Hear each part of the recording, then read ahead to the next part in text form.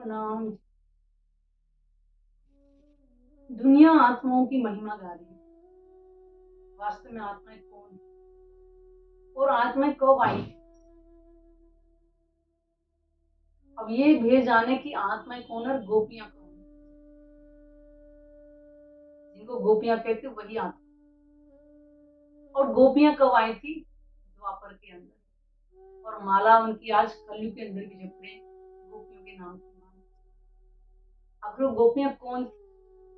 क्योंकि प्राणा जी ने आकर के इसी संसार में आकर के अपनी पहचान कराई कि मैं ही था जो द्वापर के अंदर आया, श्री कृष्ण के अंदर आके जो लीला करी वही विष्णु भगवान ने लीला करके दिखाई थी। तो इस रहस्य को बता सकता है कि कृष्ण जी का जो प्रेम था वो राधा के साथ था, तो शादी क्यों नहीं हुई? उनकी शादी रुक्मणी से क्यों हुई थी? कोई इसका रहस्य बता सकता है? कोई नहीं बता सकता। तो प्राणा जी ने आकर के बताया था कि हे ब्रह्मात्मा, तुम ही गोपियों के रूप में जो है द्वापर में आई और मैं श्री कृष्ण के अंदर लीला कर। आज उन गोपियों की पहचान करें तो प्राणा जी ने बताया है, आज बधाई ब्रिज घर घर प्रगटा श्री नंद कुमार, दूध दधी उमर धोए तोरण बांधे ब्रिजनार। जो जेल थी यानी कि कारागार जो था उसमें जन्म किसका हुआ था? एक बालक, उसका नाम नहीं था श्री कृष्ण।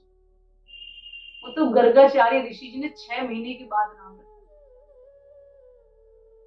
तो जिस बालक का जो जन्म हुआ था उसका नाम श्री कृष्ण अब तक नहीं पड़ा है। वो बता रहे हैं कि आज बधाई ब्रिज घर घर यानी कि ब्रिज के अंदर हर घर में बधाइयां बोली जा रही है। और ना जन्म कहाँ हुआ था? मथुरा में। और उनको लेके कहाँ गए थे? गोकुल। जहाँ घर में घर कह रहे कि इतनी सजावट हो गई थी, दरवाजों पे फूल वगैरह ऐसे लगाए जा रहे थे, तोरण बांधे।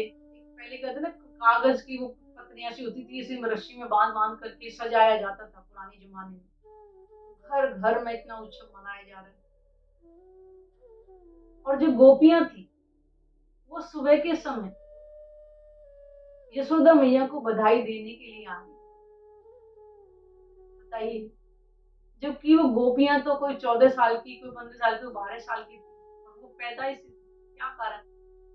सिर्फ उस लीला को आत्मा परमात्मा के अलावा कोई नहीं जान पा रहा। उनको पहचानती कि बालक के अंदर हमारे प्रीतम आए जो पहली बार ब्रिज में आत्माएं आई। और उनको पता था कि ये मेरी आत्मा है। उन्होंने पहचान लिया था। संसार को तब भी नहीं पहचानती कि वो ब्रह्म है, वो गोपियां कौन।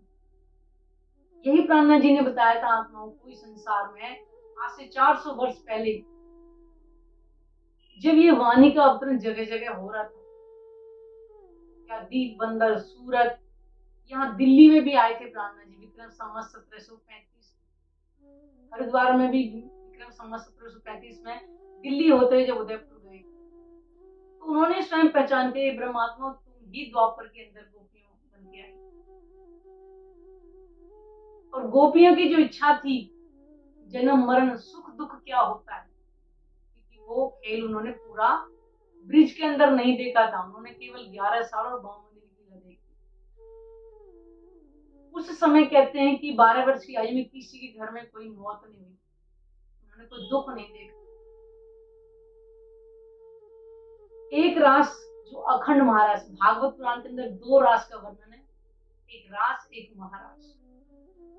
जो केवल रास है वो प्रतिबिंब की इस वृंदावन में हुई थी जिसको मथुरा वृंदावन बोलते हैं। और जो महारास है वो अखंड योग माया के ब्रह्मांड में। उसको खेल करके जब वो वापिस परमधाम गई थी तो उन्होंने परमात्मा से बोला कि आपने कहा था मैं बहुत लड़ाई झगड़े जन्म मरण दिखाऊंगा, लेकिन वो खेल आपने हमें दिखाया नहीं। आखिर वो खेल कैसा है? आप हमें पूरा दिखाइए। उन्होंने कि नहीं, आप हमें पूरा दिखाइए। परमात्मा ने फिर भी आत्मा उसको आके नहीं, थोड़े में ही सब्र करो। क्योंकि घर के अंदर जिनकी गोपियों की शादियां हो, उनकी सास है, ननंद है, घर में थोड़ा बहुत घर में होता ही है। उन्होंने कहा इतना ही देख लो कि नहीं नहीं, आप हमें पूरा खेल दिखाइए। तब वो ब्रह्मात्माएं कलयुग में आई हैं। और आज क्या पहचान है किसी की आत्माएं कौन? लेकिन हमें आत्म भाव तो लेना पड़ेगा ना, तभी तो हम परमात्मा की पहचान कर सकते हैं। जब हमने आत्म भाव लिया नहीं कि मैं आत्मा हूँ, मेरी आत्मा का मालिक कौन है? वो परमात्मा। तो जब तक इस भाव को नहीं लेंगे हम कैसे पहचान करेंगे?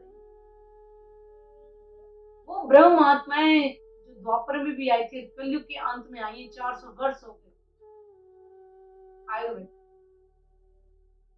आज प्राणनाथ जी तारतम वाणी के द्वारा उन्हें पहचान बता रहे हैं। मध्य प्रदेश पन्ना जी के अंदर भी 11 साल की लीला हुई, विक्रम संवत 1740 से 1751 तक। वही ब्रिज की 11 वर्ष लीला, वही 11 वर्ष साक्षात एक ही जगह, जहाँ कहते परम धाम की पूरी साक्षात लीलाओं का अनुभव सुंदर सा बैठे बैठे कर। जब चितवनी कराते थे ब्रह्मनाथ जी की, तुम सुरता लगाओ धाम में राज पौड़न की ठोर, यानी कि राज श्यामा जी हैं विराजमान है, वहां अपने ध्यान को लगाइए, वही बैठे बैठे दर्शन होते। तो ब्रह्मनाथ जी बताया है कि आज बजाय, यानी कि जो द्वापर के अंदर आई थी वहां पे कैसे तुम मुझे बधाई देने आई थी, अब तुम ही मेरे साथ संसार में, अब खेल देखने कलयुग के अंत में।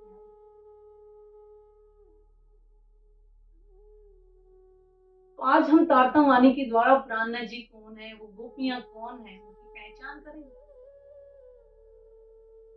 और परमात्मा की पहचान करने के लिए हमें प्रेम लक्षणा भक्ति करनी पड़ेगी,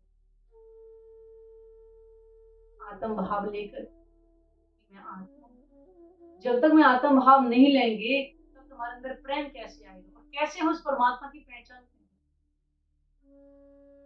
क्योंकि वाणी के अंदर लिखा है, धनी जी को ईसक भाव है, ईसक बिन कछु न सुहाव।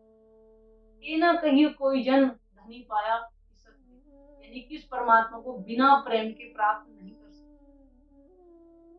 उनको यहाँ के संसार की धन दौलत नहीं चाहिए, 56 भोग नहीं चाहिए, बड़े बड़े वस्त्र और वो नहीं चाहिए, उनको केवल प्रेम चाहिए। अभी तो कहा ना कि गोपियों ने एक छाछ के ऊपर नाच नचाया श्री कृष्ण को, पार्वती के अंदर केवल प्रेम तो था, और प्रेम के बल पे बहुत से पार हो गए थे गोपी। तो क्या ना आज हम भी परमात्मा की पहचान करें, आज भी हम भी हैं इस संसार में गोपी भाव लेके, आत्म भाव लेके परमात्मा की पहचान करें, हम भी इस जीवन मरण के चक्र से छुटकारा पाए। आज इसी संसार में प्राणनाथ जी 400 वर्ष से पुकार पुकार के कहते हैं। आज पन्ना जी मध्य प्रदेश में, जिसको हम घुम्मट जी बोलते हैं, साक्षात प्राणनाथ जी विराजमान है पांचों शक्तियों में। आज हम भी उनके स्वरूप की पहचान करें और अपने अखंड मोक्ष को प्राप्त करें। प्रणाम जी।